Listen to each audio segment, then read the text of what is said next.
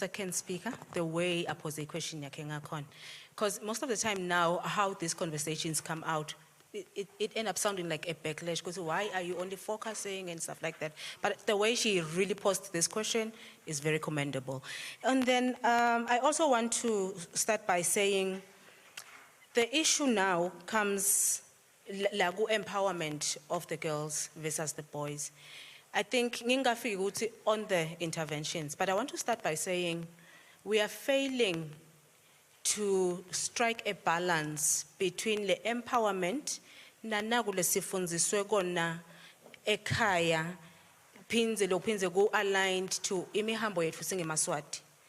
Ndawubekisa nje we've been socialized ukuthi siyahloniphana kunemihambo nenqubo yethu yesiswati nje ukuthi ngingumuntu wesifazane noma ngiwesilisa ngidiphasa kanjena lulwimi lushape kanjena nangikhuluma na partner wami ngiyamhlonipha nayo uyangihlonipha. So empowerment ifike yahlala kulabanye njengendlela yeku uthi senga disrespect anything senga disrespect ongumvu yabo yathatha le ndlela yethu yekukhuliswa ngenhlonipho sathi empowerment ngokuthi I can do anything anywhere anyhow you see nayo I mistake yekucala.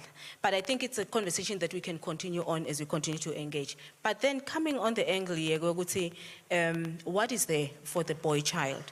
There are quite a number of interventions that have been going on, but I think another gap is because they are not as popularized or more visible as compared to my girl child empowerment. Now, my organizations like Involves, where they are doing boy male mentorship, the boy mentorship,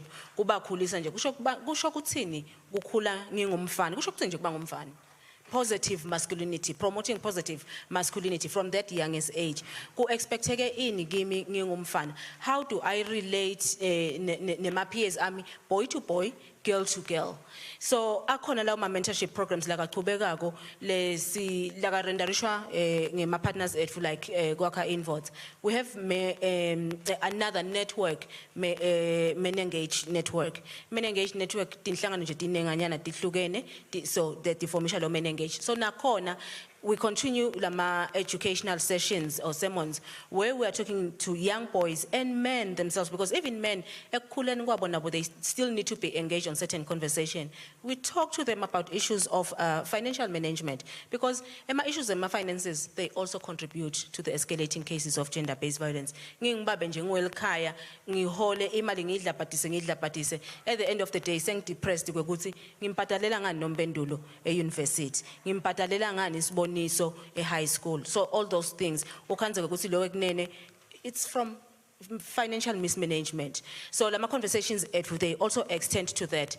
I think one of the panelists also spoke on the issues of health issues for men. The conversations like running my partners under Men Engage network, they also involve in my health seeking behaviors for men and boys. So but what I'm also happy about is that now that we have also penetrated the tertiary space, let's continue to now also focus even now lama circles boys and men engagement in tertiary institution. And I think one gap to also flag maybe ngalaka male involvement. I think interventions I focus on GBV specifically. I focus on older men, older women go GBV. I focus on VAC, violence against children, leaving out the youth.